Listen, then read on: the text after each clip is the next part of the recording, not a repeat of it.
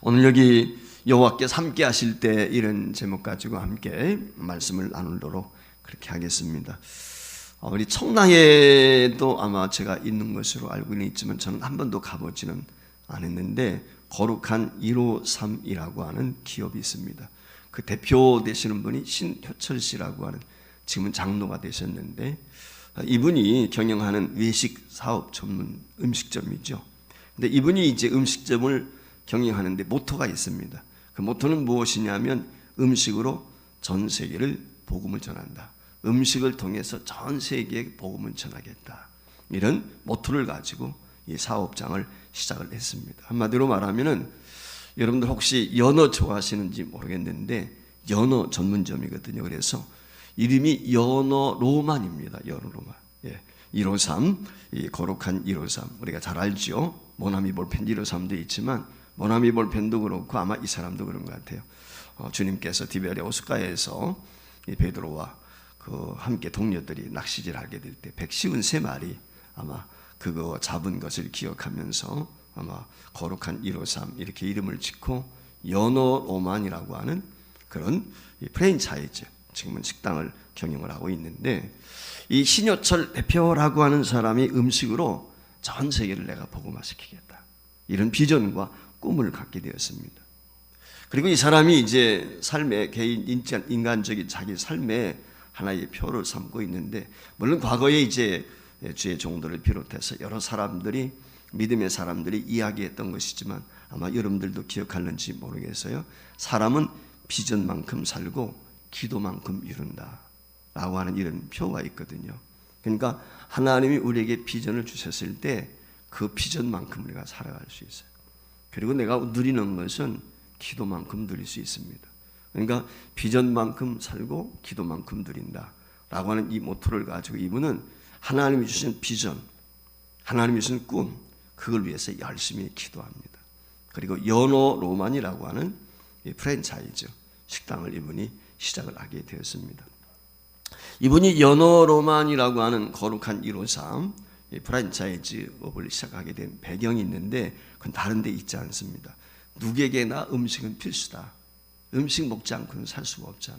그러니까 누구든지 음식을 먹을 수 있는데, 이 사람이 연어 로만이라고 하는 이 음식점을 통해서 A급 연어만 전적으로 사용을 하는 것입니다. 그래서 그 A급 연어를 가지고 값싸고 맛있는 그런 음식을 만들기로 생각을 했습니다. 그래서 연어 로만이라고 하는 이름을 지었는데, 여기 연어 로만, 무엇으로만 뭐 할 때 있죠. 로만이라고 하는 이 단어가 그가 어떤 철학을 가지고 있는지를 우리에게 보여주고 있습니다. 이 로만이라고 하는 단어는 이 사람이 어디서 그것을 빌려오게 됐냐면 로마라고 하는 데서 빌려오게 된 것입니다. 이유가 있습니다. 로마 시대에 우리 기독교 초기지요. 가장 핍박이 많이 있었지만, 그런데 가장 활발하게 기독교가 확산이 되었죠. 우리가 초대교회 여러분들 아시는 것처럼 베드로가 복음을 전할 때 때는 5,000명, 3,000명씩 막 들어오게 되었고, 순교를 각오하고 복음을 전하게 되었을 때 한 300여 년이 지나서 로마가 기독교를 국교로 받아들이게 되는 그런 역사가 일어나지 않습니까? 그래서 그 로마, 그걸 모토로 해서 그때 당시에 가장 힘들고 어려웠지만 기독교가 가장 활발하게 퍼져나갔다. 그 의미를 담아서 로만이라고 하는, 연어 로만이라고 하는 그런 이름을 짓게 되었다는 것입니다. 그 말의 의미는 뭐냐면 복음을 이 연어 고기를 통해서 내가 확산해야 되겠다. 어디에? 전 세계에. 이런 꿈을 갖게 된 것입니다. 원래 이 신효철 대표라고 하는 사람이 제가 알기로는 26살 때 그의 형이 이 한마디로 말하면 일식조리장이었어요.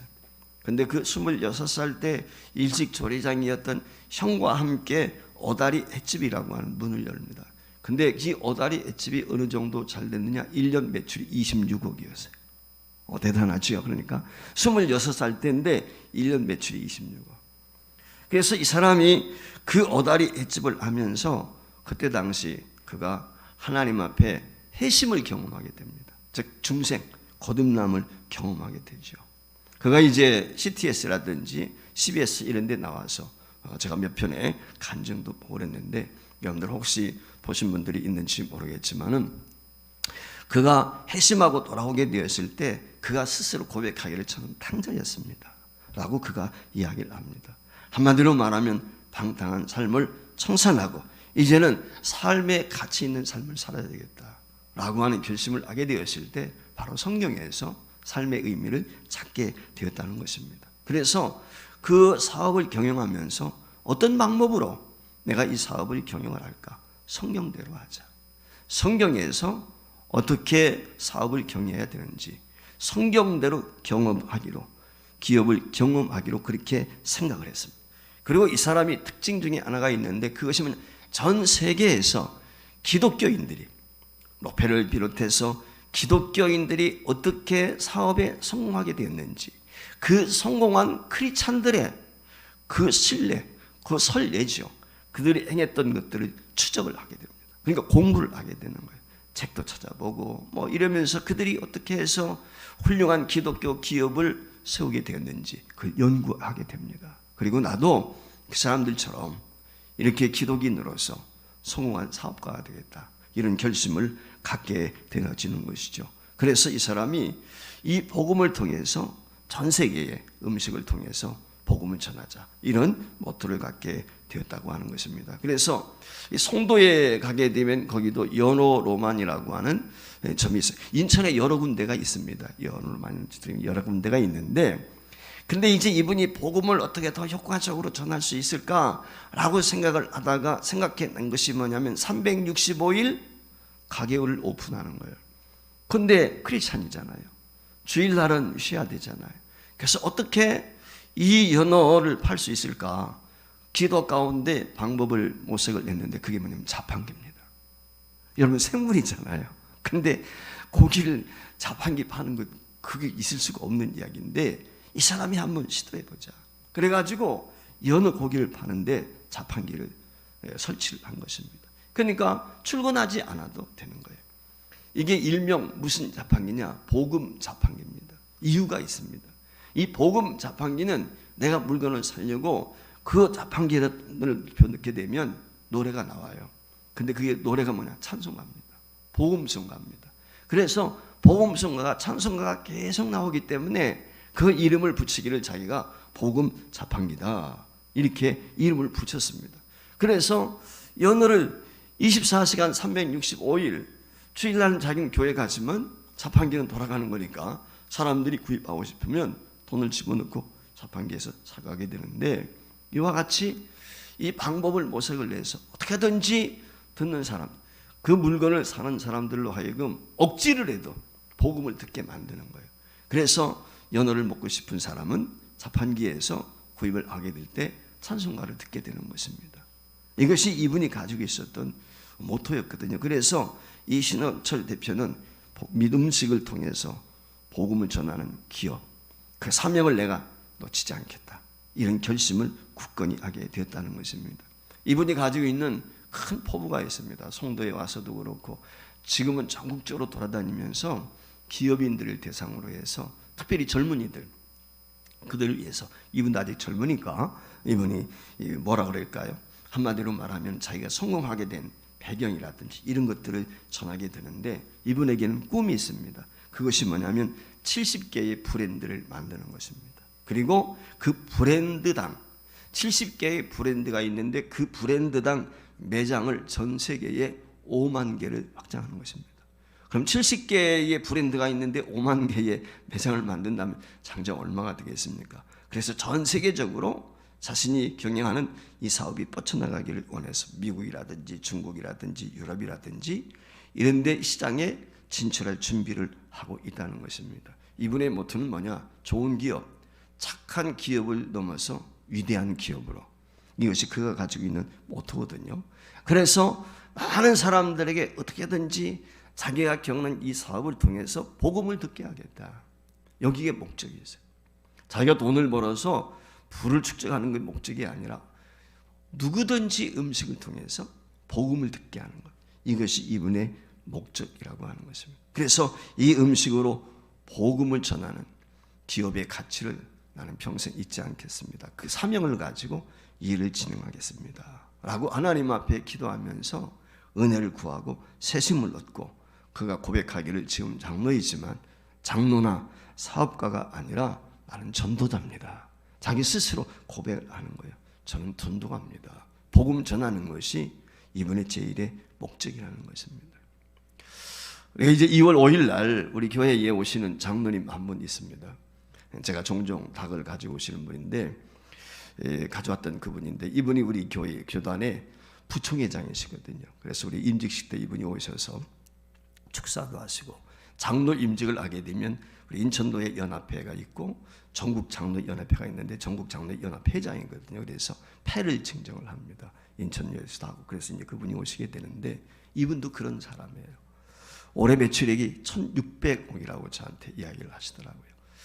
7명이 시작했는데 7년 만에 직원만 본사 직원만 150명 그리고 지금 전국에 네트워킹 되어져 있는 매장이 650개. 여러분 놀랍지 않습니까? 어떻게 이렇게 7명이 시작했는데 본사 직원만 150명이고 전국에 매장이 프랜차이즈 650개가 될 수 있을까? 오직 믿음 하나. 그것밖에 없어서. 그것 가지고 오늘의 기업을 7년 만에 일궜거든요. 그래서 이분을 한번 모셔가지고 간증을 좀 들어봐야 되겠다 이런 생각을 가졌는데 요즘에는 너무 바빠요. 새롭게 하셔서 거기에 뭐 나오고 다른 교회 큰 교회들 가서 간증도 하고 그러다 보니까 뭐 이제는 시간도 참 바쁜데 제가 그걸 보면서 느끼는 것 가운데 하나가 뭐냐면 믿음으로 살고자 하나님을 기쁘시게 하면 하나님이 축복하시는 거예요. 이분이 1년에 10개씩 교회를 후원하는 거예요. 그래서 지금 현재 80개 교회를 후원하는데 최하 10만 원에서 많게는 50만 원이에요. 매월. 그러니까 한 교회당 10만 원에서 50만 원이니까 여러분 한번 80개 교회면 그 금액이 얼마입니까? 어마어마하죠. 그것을 매달 도네이션 하고 있어요. 같이. 선교사님들 주의 종들에게 협력을 하고 있습니다. 아마 신유철 대표라고 하는 사람도 마찬가지고 얼마 전에 여러분들이 아마 그 아메이라고 하는 아메인가요? 그 뭐죠? 애터미 그 박장로님에 대한 이야기도 들었겠지만은 이분들의 사업하는 모토 그들의 꿈이 있어요. 비전이 있어요. 이 사람들이 한결같은 목적은 뭐냐면 주님의 영광이에요. 어떻게 하든지 하나님을 기쁘시게 하겠다. 그러니까 하나님이 축복하시는 거예요. 오늘 저와 여러분이 함께 마음에 새기기를 원하는 것은 힘들고 어려워도 하나님이 나와 함께 하시면 하나님이 우리와 함께 하시면 그 능력과 권능이 많으신 하나님을 전적으로 의지하고 나가면 어려움이 우리 앞에 있다 할지라도 마침내는 승리하게 될 줄 믿습니다. 이 성공한 사람들의 이야기를 들어보면 실패가 많이 있었어요. 어려움도 많이 있었어요. 근데 그들이 그것을 극복할 수 있던 이유는 뭐냐면 믿음 때문이었어요. 하나님을 믿고 신뢰하는 믿음 때문에. 그것이 그들로 하여금 오늘의 성공하는 기업을 이룰 수가 있다는 것입니다. 자, 오늘 여기 본문 말씀에 보면 갈렙, 우리 너무나 잘 아는 내용이지요. 유다 자손들과 더불어서 여호수아에게 약속한 그 일찍이 모세가 약속했던 그 기업을 내게 주시오. 그 산지거든요. 헤브론 땅이거든요. 아낙 자손들이 살고 네피림 족속이 살고 있어요. 성곽이 튼튼합니다. 그런데 그 땅을 지금 여기 달라고 말씀을 하고 있어요. 그 약속을 언제 받았습니까? 오늘 갈렙의 고백과 같이 45년 전에 그의 나이 40살 때 그때 받았다는 거예요. 근데 지금 45년 전 85세입니다. 나이. 그 나이에 지금 오늘 그 땅을 내게 주시오 라고 지금 이야기를 하고 있거든요. 오늘 그 여호수아에게 나서서 갈렙이 그 헤브론 땅을 내가 차지하겠습니다. 그걸 내게 주십시오 라고 이야기하는 것은 갈렙이 어떤 이기심 때문이 아니에요. 욕심 때문에 구하는 것이 아닙니다. 어떤 공로를 인정받기 위해서 내가 가나안 정복하는데 이와 같이 혁혁한 공을 세웠기 때문에 그 보상으로 날 달라는 것이 아닙니다. 요셉에게 뭡니까? 갈렙이 여호수아에게 요구하는 것은 단지 하나, 하나님의 약속이에요. 하나님이 약속했기 때문에 내게 달라는 것입니다. 오늘 우리가 하나님의 약속을 믿고 하나님의 약속을 붙들고 기도해야 돼요. 중요한 건 여기에 있습니다. 85세의 나이에도 불구하고 나는 그 땅을 차지할 수 있습니다. 어떻게 이런 용기를 가질 수 있었을까? 그 이유가 있죠. 오늘 본문에 하나님이 함께 하실 때, 하나님이 함께 하시면 확신이 있었던 거예요. 비록 나이가 많아 늙었지만은 하나님이 나와 함께 하시면 나는 그 땅을 차지할 수 있습니다. 그래서 오늘 여기 12절 말씀 우리 함께 심차게 읽어볼까요? 시작. 그곳에는 아낙 사람들이 있고 그 성읍들은 크고 견고할지라도 여호와께서 나와 함께 하시며. 오늘 저와 여러분의 올 1년 동안의 모토가, 삶의 모토가 하나님이 나와 함께 하시며. 할렐루야. 아멘 소리가 너무 적네. 할렐루야. 함께하게 하소서잖아. 우리가 함께하게 하소서. 그 연장선상에서 지금 말씀 전하는 거예요. 함께하게 하소서니까 하나님이 함께 하시면. 그렇지 않습니까? 중요한 건 여기에 있어요. 누구와 함께 하느냐, 이게 매우 중요하잖아요. 사업을 할 때도 그렇고요, 친구 관계를 맺을 때도 있고, 사회생활 할 때도 그렇고요, 여행할 때도 누구와 함께 하는, 이게 참 중요하거든요. 행불행이 여기에 달려있단 말이에요. 근데 하나님과 함께 하시면, 하나님이 나와 함께 하시면, 이게 오늘 여기 중요한 거예요. 여기 하나님이 나와 함께 하시면이란 이 말의 의미가 뭐냐, 자기 백성에 대한 하나님의 신뢰, 하나님에 대한 전적인 신뢰, 하나님의 사랑과 그의 인도하심에 대한 확신이 오늘 여기 고백이 담겨 있는 거예요. 하나님이 함께 하신다. 구약 시대는 여호와 삼마라고 이렇게 이야기를 했죠. 신약 시대에 오면은 여호와 삼마가 바뀌죠. 뭘로 바뀌죠? 임마누엘, 하나님이 우리와 함께 하신다. 바로 그 얘기거든요.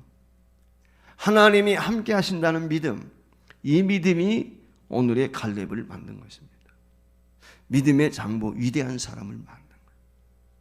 저와 여러분이 위대한 사람이 될 수 있어요. 어떻게? 믿음을 통해서. 아무쪼록 올 1년 동안 저와 여러분이 믿음으로 하나님과 함께함으로 위대한 신앙의 족적을 남길 수 있는 23년이 될 수 있기를 주의 이름으로 축원을 드립니다. 여호와께서 함께 하시니라고 하는 이 믿음을 가지고 어떻게 구체적으로 이 갈렙이 행했는가, 그의 삶을 우리가 오늘 더듬어 볼 수 있기를 주의 이름으로 부탁을 드립니다. 첫 번째는 뭐냐? 충성했다는 것입니다. 믿음이 있으면 충성할 수 있어요. 믿음이 없으면요, 신뢰가 가지 않으면 충성하지 못합니다. 그런데 신뢰가 있으면 사람에게도, 직장에서도 그렇잖아요. 내가 어느 직장에 일하게 될 때, 어느 사람 밑에서 일을 하게 될 때, 그 직장에 대한, 내가 상사로 모시고 있는 사람에 대한 신뢰가 되면 어떻습니까? 열심히 일하죠. 그렇지 않습니까? 충성할 수 있는 거예요. 오늘 본문도 마찬가지예요. 오늘 8절 말씀에 보면 이렇게 이야기하고 있습니다. 나와 함께 올라갔던 내 형제들은 백성의 간담을 높게 하였으며 나는 내 하나님 여호와께 충성하였으므로 그랬어요. 여러분, 이 갈렙의 충성의 원인이 어디? 믿음의 믿음. 믿음이 있는 사람은 충성하는 거예요. 믿음이 없으면 충성할 수 없어요. 하나님에 대한 약속, 확신이 있으면 충성합니다. 하나님에 대한 굳건한 믿음이 있으면 흔들리는 상황 가운데서도 요동하지 않아요. 실패했어도 걱정하지 않습니다. 죽도록 충성할 수 있어요. 왜? 하나님이 언젠가는 역사하실 것을 믿기 때문에. 그러니까 갈렙에게는 중요한 게 있었어요. 그게 뭐냐? 하나님이 나와 함께 하신다. 이 믿음이 있었다는 거예요. 그 믿음 위에 확신을 갖게 된 것입니다. 이것이 갈렙의 삶의 기초가 된 것입니다. 그 하나님의 약속을, 그 약속의 성취를 믿고 하나님 앞에 최선을 다하는 거예요. 충성하는 거예요. 남들이 볼 때는 어떤지 모르겠지만 지금 내가 비록 힘들고 어려워도 하나님 앞에 믿음을 가지고 충성하게 되면 언젠가는 하나님이 갚아주신다. 이 확신이 갈렙에게는 있었던 것입니다. 아마 여러분들 아프리카의 성자 슈바이처를 잘 아시죠? 신학적인 문제, 우리 개혁교단 입장에서 볼 때 신학적인 면에서 좀 문제가 있어요. 이 슈바이처를 살펴보면. 그러나 그의 삶은 우리가 한번 생각해 봐야 돼요. 그가 77세가 되었을 때 한 친구가 그에게 이런 질문을 했다고 합니다. 자네는 가만히 살아도 삶이 보장되어지고 노후가 안정되고 편안히 살 수 있는데 왜 굳이 그렇게 아프리카라고 하는 밀림의 지역에 가서 고생을 하는가? 라고 하는 질문을 하게 되었다고 합니다. 그때 슈바이처가 갑자기 오른손을 훅 들면서 그런 이야기를 했어요. 여보게, 이 자네 손이 보이는가? 친구가 깜짝 놀라서 슈바이처 든 손을 쳐다봅니다. 이 손이 누구의 손인가? 자네 손이 누구 손이야? 그때 슈바이처가 그랬다. 아닐세, 이건 하나님의 손일세.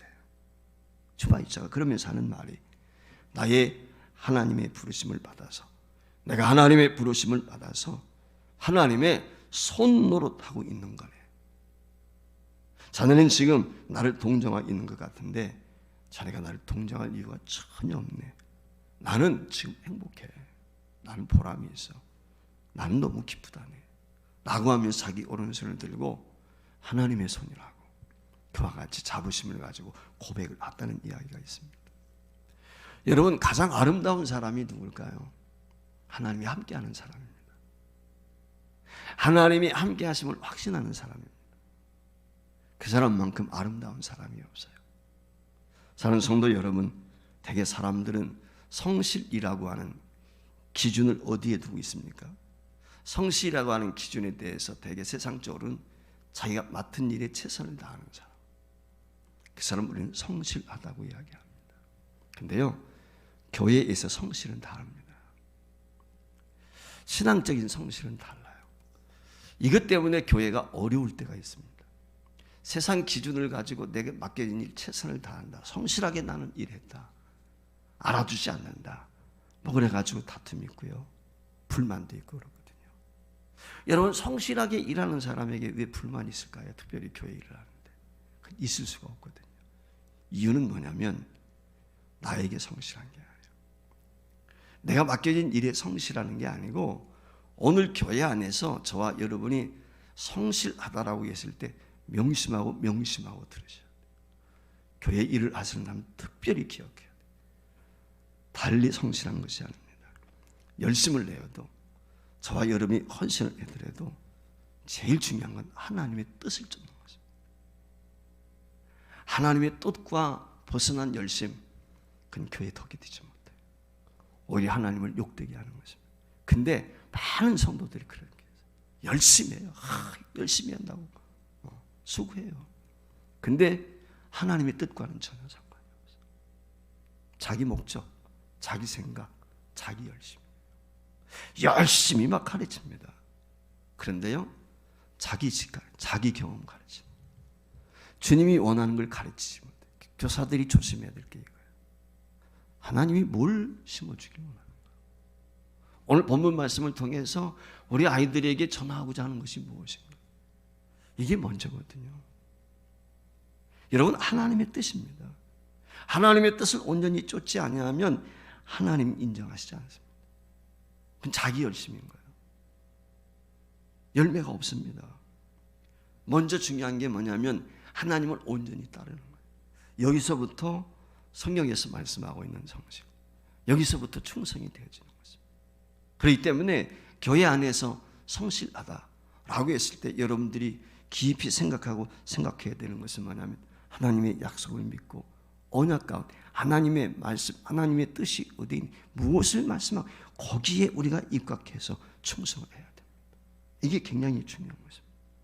하나님이 나와 함께 하신다는 신앙이 있게 될 때 우리는 맡은 사명에 충성할 수가 있어요.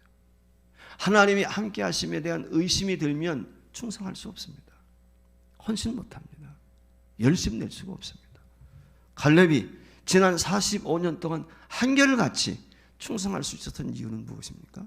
하나님이 함께 하십니다. 확고한 믿음이 있었기 때문에. 두 번째로, 이 확고한 믿음이 하나님이 나와 함께 한다는 믿음이 있게 될 때 우리에게 주실 축복이 있습니다. 그것이 무엇입니까? 건강입니다. 오늘 여기 말씀에 보면 강건함입니다. 여러분 11절 말씀을 보십시오. 무엇이라고 말씀했습니까? 모세가 나를 보내던 날과 같이 오늘도 내가 여전히 강건하니 내 힘이 그때나 지금이나 같아서 싸움에나 출입에 감당할 수 있다 그랬어요. 우리가 언뜻 생각하게 될 때 여기 지금 강건하다. 85세인데 45년 전 40대 때 그때 가나안 땅을 정탐할 때나 지금이나 45년이 지났지만 나는 청춘과 같이 건강하다. 이렇게 우리가 생각할 수 있거든요. 맞아요. 틀리지 않아요. 근데 여기서 강건하다는 말의 의미는 뭐냐면 영적으로 강건하다는 것입니다. 오늘 이게 정중요합니다. 육체적인 강건이 아니라 영적인 강건이에요. 오늘도 어떤 노권사님을 신방하면서 그런 생각을 가졌어요. 나이가 들면요, 건강 연약해질 수 있어요.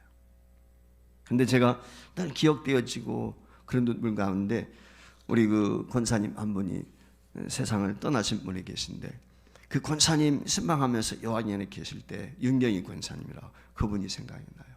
그분이 참 믿음이 좋았어요. 세상을 떠날 그날까지 한결같은 믿음을 가지고 있었어요. 비록 육신은 쇠하고 낡아져 갔지만 우리 고린도서에 나와 있는 것처럼 속사람이 새로워지는 것, 이게 오늘 우리에게 중요한 거예요. 우리는 나이가 들어가면서 겉사람은 후패할 수밖에 없어요. 근데 나이가 먹을수록 아름다운 모습은 뭐냐면 속사람이 강건한 거예요. 영적으로 강건한 거예요. 오늘 85세 갈렙 젊은이들 같지 못하지요. 근데 그에는 확신이 있습니다. 하나님에 대한 확신, 믿음이 있단 말이에요. 그러니까 영적으로 강건한 것입니다. 그럼 이와 같이 영적으로 강건할 수 있는 이유가 어디 있습니까? 하나님이 나와 함께 하신다. 흔들림이 없는 거예요. 담대합니다. 하나님이 나와 함께 한다는 믿음 있는 사람은 두려움이 없어요. 캄캄한 길을 건너 할지라도 전혀 두려워하지 않아요. 해받을 것을 두려워하지 않는 거예요. 왜? 여호와가 나와 함께 하시니까. 이게 오늘 우리에게 중요한 거거든요. 지금까지 살아온 것도 하나님의 은혜입니다. 지난 45년 동안 하나님이 지켜주셨어요. 하나님 때문에 이만큼 건강, 전쟁에 나갈 수 있다는 거예요. 그때나 지금이나 나는 부족함이 없다. 나는 전쟁에 나가서 이길 수 있다. 이 확고한 믿음 어디에서 나옵니까? 하나님께서 나와 함께 하신다는 거죠. 오늘 저와 여러분이 이런 믿음의 소유자가 되기 주의 이름으로 축원드립니다. 20대 초반에 시한부 인생을 받은 사람이었어요. 폐결핵으로 인해 가지고 몸이 망가질 대로 망가지고, 그래서 극도의 불안과 절망 가운데 생을 포기할 수밖에 없는 그런 한 젊은이가 있었습니다. 죽음을 기다리는 것입니다. 그가 죽음을 기다리다가 누워서 죽는 시간을 기다리는 것보다는 뭔가 내가 좀 보람 있는 걸 한번 해보자 라고 하는 생각을 가지고 그 폐병으로 육신이 힘들고 지쳐 있음에도 불구하고 그가 빈민굴에 뛰어들게 됩니다. 그리고 빈민굴에 뛰어들어가지고 20대 중반에 그가 죽을 줄 알았는데 죽지 않고 말이죠. 그 후에 50년간을 더 살면서 그 빈민들, 어렵고 힘든 이웃들의 아버지가 되고 형님이 되어지고 그들과 일평생을 함께한 사람이 있습니다. 그 사람이 쓴 책 가운데 유명한 책 사선을 넘어서 죽음의 경계를 넘었단 말이죠. 사선을 넘어서라고 하는 유명한 책을 쓴 분이 계십니다. 가가와 도요히코라고 하는 분입니다. 이분이 일본의 성자라고 불렀습니다. 그가 그와 같이 할 수 있었던 이유는 어디에 있었냐? 하나님이 함께 하시기 때문에. 하나님이 우리와 함께 하시면 저와 여러분도 건강할 수 있어요. 남은 생에 강건하기를 원하십니까? 특별히 영적으로 올 한 해 강건한 한 해가 되었으면 좋겠습니다. 육적인 면에서도 모든 성도들이 강건할 수 있기를 주의 이름으로 축원을 드립니다. 믿음입니다. 믿음이 있으면 독수리 날개치며 하늘에 오름같을 수 있어요. 사슴의 발같이 저와 여러분의 발을 튼튼하게 하십니다. 이게 우리 주님이시거든요. 세 번째 중요한 게 있습니다. 마침내 믿음의 사람은 하나님이 함께 하실 때 승리하게 되는 것입니다. 누가 승리합니까? 여호와 니시의 하나님이 함께 할 때거든요. 오늘 본문 12절에 이렇게 이야기합니다. 그날에 여호와께서 말씀하신 인자를 산지를 지금 내게 주소서. 당신도 그날에 들으셨거니와 그곳에는 아낙 사람이 있고 그 성읍들은 크고 견고할지라도 여호와께서 나와 함께 하시면 내가 여호와께서 말씀하신 대로 그들을 쫓아내리이다. 할렐루야. 여기 쫓아낸다 한마디로 무엇입니까? 빼앗는다는 말이에요. 그들의 땅을 내가 차지한다는 말이에요. 하나님의 나라는 침노하는 거예요. 빼앗는 거예요. 차지하는 것입니다. 그저 감나무 밑에 감돌이 기다려서 얻는 게 아닙니다. 하나님의 나라는 침노에 들어가는 거예요. 가나안 땅 하나님이 약속해 주셨어요. 주셨지만 그들이 전쟁해야 돼요. 그냥 가만히 있어서 누리는 게 아니에요. 싸워 나가야 돼요. 전쟁해야 되는 것입니다. 승리해야 되는 것입니다. 하나님이 근데 중요한 게 싸우는 건 내가 싸우지만 승리케 하시는 분은 하나님이십니다. 하나님이 차지하게 하셔야 돼요. 이게 오늘 우리의 중요한 거예요. 내가 아무리 애쓰고 노력을 해도요, 빈손일 때가 많아요. 사업을 열심히 했는데 나중에 결산해보면 마이너스일 때가 많아요. 하나님이 누리도록 해야 됩니다.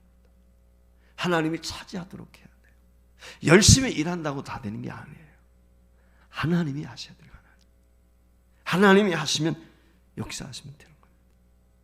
가나안 전쟁에서 이스라엘 백성들이 싸웁니다. 근데 하나님이 주신다고 했거든요. 이스라엘 백성들이 싸워서 얻는 게 아닙니다. 하나님이 주셔서 누리는 겁니다. 이걸 우리가 명심을 해야 돼요. 갈렙은 바로 그걸 알았어요. 하나님이 함께 하신다. 하나님이 약속을 하셨기 때문에 내가 믿음으로 나가서 싸우면 당연히 전쟁에서 이기게 하신다. 차지하게 하실 것이다. 이 확신이 갈렙에게는 있었단 말이죠. 그러니까 한마디로 말하면은 가나안 땅이라고 하는 것은 내가 차지하는 것이 아니라 하나님이 차지하도록 얻게 하시는 것입니다. 오늘 이 점을 우리가 기억해야 돼요. 하나님이 함께 하시면 저와 여러분이 경영하는 사업도 마찬가지입니다. 내 열심, 내 노력으로 누리는, 차지하는 게 아니라 하나님이 차지하도록 해주셔야 돼요. 하나님이 누리도록 해주셔야 돼요. 하나님, 내가 최선을 다하겠습니다. 역사해 주시어서 누릴 수 있게 주옵소서. 믿음으로 나가는 거예요. 반드시 그리하면 하나님이 승리하게 하시는 것입니다. 역사하시는 것입니다. 책에 보니까 인도의 한 의사가 그만 교통사고로 두 팔을 잃어버렸습니다. 참 두 다리를 잃어버렸어요. 여러분 얼마나 절망적인 의사인데 두 다리를 잃어버려가지고 참으로 절망 가운데 살 수밖에 없는 그와 같은 처지에 놓였습니다. 근데 이 사람이 생각을 바꿨어요. 그리고는 두 다리를 잃어버렸지만 뭡니까 이게 의수라고 그러나요? 이 다리를 말이죠 하고서 그리고는 열심히 나환자들을 돌보면서 봉사하며 삽니다. 이 사람이 고백한 말이 있는데 유명한 말이 있습니다. 이런 말입니다. 저는 두 다리를 잃었지만 하나님은 두 날개를 제게 주셨습니다. 지금 그 책이 나올 때가 아닙니다. 하나님은 내게 두 다리를 빼앗아갔지만 하나님 내게 두 날개를 주셨습니다. 비록 다리는 잃어버렸지만 자기는 날 수 있다는 거예요. 이 믿음이 우리에게도 필요합니다. 두 다리를 잃어버렸을 때 고통이 얼마나 컸겠어요. 말로도 알 수 없겠죠. 저와 여러분이 기억해야 될 것은 하나님은 우리를 다르게 만드셨어요. 모든 사람이 다 다릅니다. 하나님은 단지 내가 원하는 것을 주시는 분은 결코 아닙니다. 내가 원하는 것보다 더 큰 것, 더 좋은 것, 더 나은 것을 우리 주님은 주시기를 원하십니다. 하나님은 때로 저와 여러분을 고통의 현장으로 찾아와 함께 하십니다. 연약한 다리를 세워서 고통을 딛고 걷게 하시는 분, 그게 우리 하나님이시거든요. 그래서 이 고통 가운데서 성숙으로 나아갈 수 있도록 저와 여러분을 격려하시고 성숙시키는 분이십니다. 어려움 가운데서도 하나님을 찾는 사람들에게는, 하나님에 속한 사람들에게는 하나님께서 일하십니다. 그리고 역사하시고 그로 하여금 영광을 받으시는 것입니다. 문제는 패배에서 승리로 나아가게 하는 분이 하나님이시라고 하는 것, 이 확고한 믿음이 있느냐 없느냐, 이게 오늘 우리에게 중요한 것입니다. 좀 전에 카일 아이들만의 책을 보여주셨는데 다시 한번 보여주셨으면 좋겠습니다. 나의 끝 예수의 시작이라고 하는 책 제목이거든요. 이게 무슨 얘기냐면 이 책의 저자가 어느 날 출근하기 위해서 차를 몰다가 후진을 합니다. 그런데 자기 아들이 뒤에 있는 걸 보지를 못했어요. 그래서 자기 차에 자기 아들이 죽습니다. 여러분 한번 생각해 보세요. 그 충격이 얼마나 컸겠습니까? 아버지가 아들을 교통사고 나가지고 살인자가 된 거예요. 그 충격이 얼마나 크겠어요. 그 죄책감, 그 자괴감 말로도 알 수 없죠. 왜 내가 조금만 일찍 출근했더라면, 차라리 조금만 늦게 출근했더라면, 내가 아들이 있는 것을 발견만 했더라면 별의별 생각을 다 갖게 되었겠죠. 여러분 그 고통이 얼마나 힘들었겠습니까? 자기 아들을 잃어버린 고통, 그것도 자기 차에 의해서 아들이 세상을 떠나게 되었으니까 그 돈 말로 다 할 수 없죠. 때론 죽음도 생각했습니다. 그런다고 해서 죽은 아들이 돌아오는 아니었어요. 낙심과 절망 가운데 있던 그가 하루는 그런 생각을 갖게 되었습니다. 내가 어떻게든지 이 자책에서 벗어나야 되겠다. 그래서 자기를 바라보던 시선을 돌려가지고 하나님을 바라보기 시작을 했습니다. 그때 그는 자기를 억압과 비탄과 자괴감과 그곳에 빠져서 헤매지 못하던 자기 자신이 벗어날 수가 있었습니다. 그래서 나를 바라보지 말고 믿음의 주여 온전케 하신 하나님을 바라보자. 하나님을 희망하자. 라고 그 스스로 자기를 격려했습니다. 그리고 자신의 고통의 의미를 깨닫고 쓴 책이 바로 조금 전에 말씀을 드린 것처럼 나의 끝은 예수의 시작이다 라고 하는 책을 썼다는 것입니다. 내가 모든 것을 잃어버리는 순간 나는 처음으로 예수님을 만났습니다. 그가 이 책에서 그런 고백을 합니다. 우리가 그렇습니다. 모든 것을 포기할 때, 내가 잡고 있는 끈을 놓을 때 그때 하나님이 우리를 붙잡아 주세요. 우리는 내가 그 뭔가를 붙들고 내 힘으로 안간힘을 써오지만 그게 되지 않을 때가 많거든요. 그때 우리가 그것을 놓으면 주님이 우리를 붙잡아 주시고 주님이 역사하시고, 내가 붙잡는 게 아니라 하나님이 붙잡으셔야 되는 것입니다. 기억하십시다. 나의 끝은 하나님의 시작입니다. 새롭게 역사하십니다. 2023년도 저와 여러분이 믿음으로 오늘 주신 말씀을 기억하면서 하나님과 함께 할 수 있기를 주의 이름으로 축복합니다. 믿음이 있으면 끝까지 충성할 수 있어요. 믿음이 있는 사람은 강건할 수 있습니다. 세상이 감당치 못하는 힘을 주시는 거예요. 믿음이 있으면 하나님이 함께 하시기 때문에 승리합니다. 2023년 아무쪼록 믿음으로 저와 여러분이 승리하시는 복된 한 해 될 수 있기를 주의 이름으로 축원을 드립니다.